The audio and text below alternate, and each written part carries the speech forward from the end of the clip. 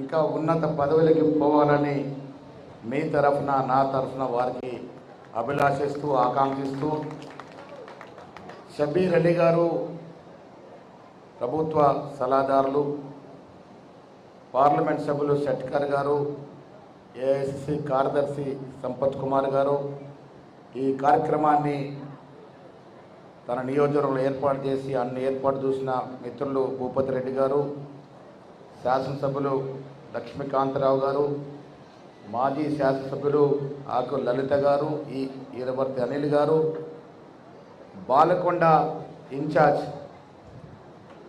అదేవిధంగా ఆర్మూర్ ఇన్ఛార్జ్, నిన్న బృహత్తరమైనటువంటి పాదయాత్ర నిర్వహించినటువంటి సునీల్ రెడ్డి గారు, వినయ్ రెడ్డి గారు, CC bank chairman Ramesh Reddy గారు, అన్నిటికీ మించి పెద్దలు పూజ్యులు నాకు తండ్రి సమానులు జీవన్ రెడ్డి గారు, తాహిర్ బిన్ అమ్దాన్ గారు, సాయిరెడ్డి గారు, ముప్ప గంగారెడ్డి గారు, ఈ జిల్లా కార్యకర్తలంతా సమిష్టిగా ఉండాలని చురుకైన కత్తి లాంటి వ్యక్తులు ఇక నియమించాం. చూసి రమ్మంటే కాల్చి వస్తారు. బల్మూరు వెంకట్ కానీ, అజ్మత్ హుసేన్ కానీ, రాజీవ్ కానీ, మా ఎడమ బుజ్జు ఎమ్మెల్యే కానీ, నరేష్ జాదవ్ కానీ వారిని ఇక్కడ నియమించడం జరిగింది. ఎప్పుడొక సందర్భంలో ముఖ్యమంత్రి గారు ఇన్ఛార్జ్ల మార్పు విషయం వచ్చినప్పుడు ఆదిలాబాద్లో కొంత డిస్టర్బెన్స్ ఉంది, వీలైతే సీతక్క గారు నిజామాబాద్ వేస్తే బాగుంటుందని చెప్పాను. వేసే ముందు కాదు, ఎప్పుడో 2-3 నెలల క్రితం సీతక్క గారి చేతులు మన జిల్లాను పెట్టారు. సీతక్క గారి గురించి తెలుసు మీ అందరికీ, నిన్న కూడా చెప్పాను. ఆనాడు అవసరమైనప్పుడు AK-47 నడిపి తర్వాత జీవన్ సమితిలోకి వచ్చి ప్రజల మన్నలు పొంది ఎన్నోసార్లు శాసనసభ్యురాలై వాళ్ళ మంత్రిగా మన జిల్లాకి మన అక్కగా ఇక్కడికి వచ్చినందుకు వారికి నేను అభినందిస్తూ ఉన్నాను. PCC జిల్లా నుంచి ప్రతివేసినటువంటి కార్యవర్గ సభ్యులు, అదేవిధంగా రాజిరెడ్డి గారు, తాహిర్ బిన్ అమ్దాన్ గారు, జావేద్ గారు, నగేష్ రెడ్డి గారు, ఐజాజ్ గారు, PCC ప్రధాన కార్యదర్శి భూపాల్ గారు, శేఖర్ గౌడ్ గారు, మాజీ శాసనసభ్యులు రవీందర్ రెడ్డి గారు, చంద్రమోహన్ గారు, అరకల నర్సారెడ్డి గారు, బాడ్సి శేఖర్ గౌడ్ గారు, ఇంకా చాలామంది మహిళా సోదరిమణులు చాలామంది ఉన్నారు ఇక్కడ. మాజీ జగిత్యాల చైర్మన్, మాజీ కామారెడ్డి చైర్మన్ జక్కాని అనిత గారు, అద్విని గారు, మా ఇందిరా గారు, అందరికీ కూడా పత్రికా విలేకరులు మీ అందరికీ కూడా నమస్కారం. ఇది PCC అధ్యక్షుడు జిల్లా, కాంగ్రెస్ కిల్లా, కాంగ్రెస్ కార్యకర్తల యొక్క కంచుకోట. ఇది పెద్ద సభ్యులకు ఒక మాట చెప్పినారు. ఇవాళ మేము వేదిక మీద ఉన్నామంటే మా కళ్యాణం జరిగింది అంటే అది మీ వల్ల. రేపు మీ కళ్యాణం మేము చేయాలి. పెద్దలు సుదర్శన్ రెడ్డి గారికి, లక్ష్మీకాంత్ గారికి, భూపతి రెడ్డి గారికి, షబీర్ అలీ గారికి, పోటీ చేసినటువంటి సునీల్ గారికి, వినయ్ గారికి మీ అందరికీ చెప్తా ఉన్నాను, ఇది మన బాధ్యత. రేపు వారిని అన్ని విధాలుగా ఆదుకొని గెలిపించే బాధ్యత మనది, మన కర్తవ్యం అనే మాట కూడా సుందామని చెప్తా ఉన్నాను. సీతక్క గారి సమన్వయంలో రేపు జరిగే ఎన్నికల్లో చాలామంది అంటారు కొత్త పాత అని.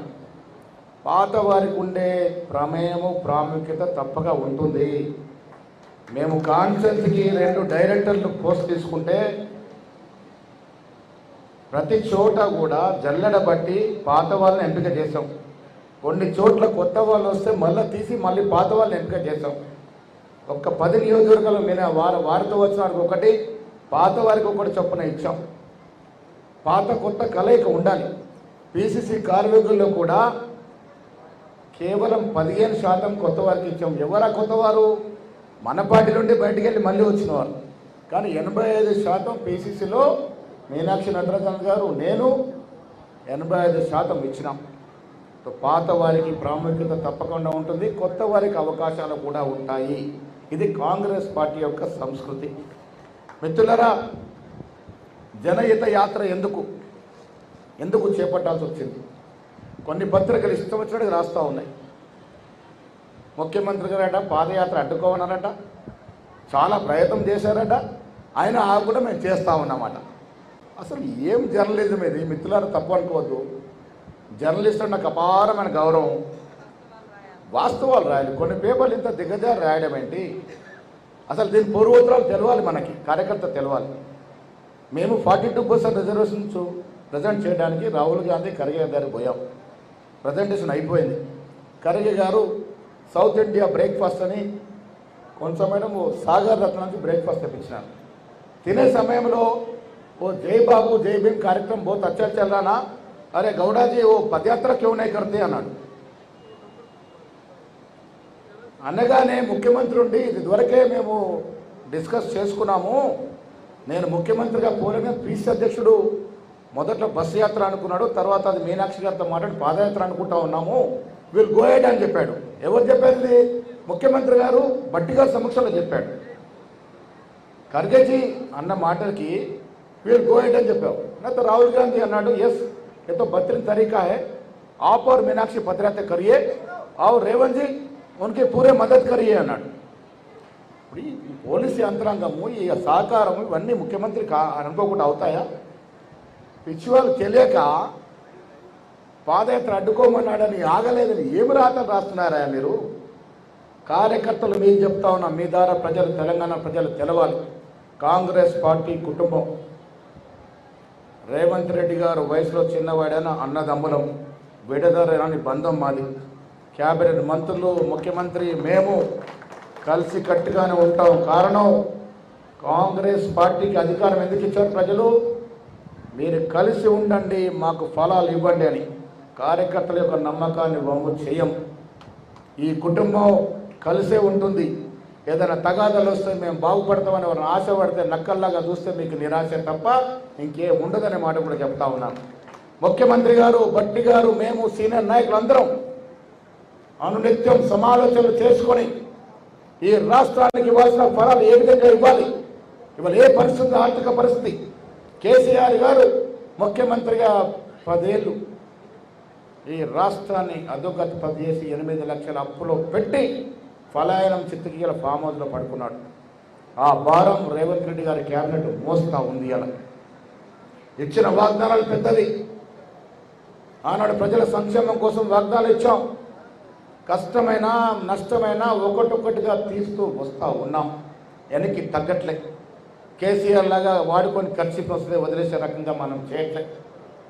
ఇలా ఉచితంగా మహిళలకు బస్సు నుంచి మొదలుగొను ఇలా సన్న బియ్యాల వరకు, ఇంధనం ఇళ్ల వరకు, గ్యాస్ సబ్సిడీ వరకు,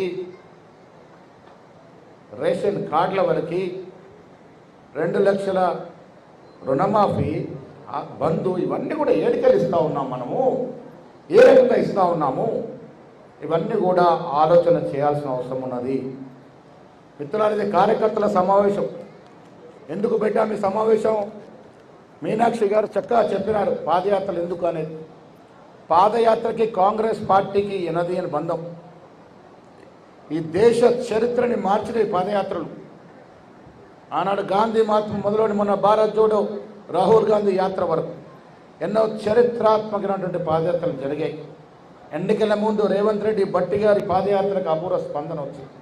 పాదయాత్ర అనేవి ప్రజానీకానికి దగ్గర చేసేటటువంటి ఒక మనకు సౌకర్యం. వీళ్ళ అధికారులు ఉన్నా ఎందుకు పాదయాత్ర చేయాలనుకున్నాం? ఖర్గే గారు, రాహుల్ గాంధీ ఎందుకు మనకు ఆదేశించినారు? కాంగ్రెస్ పార్టీ అధికారులు ఉన్నా లేకున్నా అనునిత్యం ప్రజల్లో ఉండాలి. అదే మీనాక్షి గారు చెప్పారు. నిత్యం ప్రజల్లో ఉంటేనే నాయకులు అని మాట సీతక్క గారు చెప్పినారు. ఎందుకు సీతక్క గారికి ఇంత ఆదరణ? నిరంతరం ప్రజల్లో ఉంటారు కాబట్టి, ప్రజా సమస్యలతో సతమతమవుతూ ఉంటాం కాబట్టి, దాన్ని తీర్చే ప్రయత్నం చేస్తాం కాబట్టి. మీరు కూడా రేపు స్థానిక సంస్థల ఎన్నికలు చాలామంది అనుకుంటూ ఉంటారు, నాకు సీటు పరిస్థితి ఏందో, ఈ నాయకుడితో దగ్గర ఉంటేందో, ఆ నాయకుడు టికెట్ ఘోషిస్తాడేమో, ఈ బాధలు ఉంటాయి. నేను మీకు పీసీ అధ్యక్షుడు ఒక ఆశ్వాసం ఇస్తా ఉన్నాను. నిజామాబాదే ఉంది. నన్ను ఇష్టపడేవారు ఉంటారు, షబీరని ఇష్టపడేవారు ఉంటారు, మా మోహన్ని ఇష్టపడేవారు ఉంటారు, తయారు ఇష్టపడేవారు ఉంటారు. ఏది ఏమైనా ప్రజలుండి గెలుస్తారని నమ్మకం ఉన్నవాడికి, సర్వేలో పేరు వచ్చిన వాడికి సీట్లు ఇస్తాం. అది షబ్బీర్ అనే అభ్యర్థి కావచ్చు, నా అభ్యర్థి ఎవరైనా కావచ్చు, గెలిపించుకునే బాధ్యత మేము అందరం తీసుకుంటాం. మళ్ళీ అది కూడా చెప్తా ఉన్నాం. షబ్బీర్ అలీ గారు చెప్పారు, నేను ఆన్ రికార్డ్ చెప్తాను, అన్నీ మేమై గెలిపించుకుంటామనే మాట కూడా చెప్తా ఉన్నాం. మా ధర్మం, మా కర్తవ్యం అది. కార్యకర్తలు నారాజు అవ్వాల్సిన అవసరం లేదు. ఆయన చెప్పారు, నేను చాలా చోట్ల చెప్తా ఉంటాను, మీ వల్లే మేము, మీ వల్లే కాంగ్రెస్ ప్రభుత్వం ఇవాళ. మీరు 10 ఏళ్ళు లాఠీలు తినకుండా ఉండి, చెమటోర్చకుండా, జైలు పోకుంటే గవర్నమెంట్ ఎక్కడిది? మీ వల్లే కదా ప్రభుత్వం వచ్చింది. మిమ్మల్ని కాపాడుకునే బాధ్యత మాది అనే మాట కూడా ఈ సందర్భంగా మనవి చేస్తా ఉన్నా. రేవంత్ రెడ్డి గారి ప్రభుత్వం మహిళా సాధికారిక ప్రభుత్వంగా నడుస్తూ ఉంది.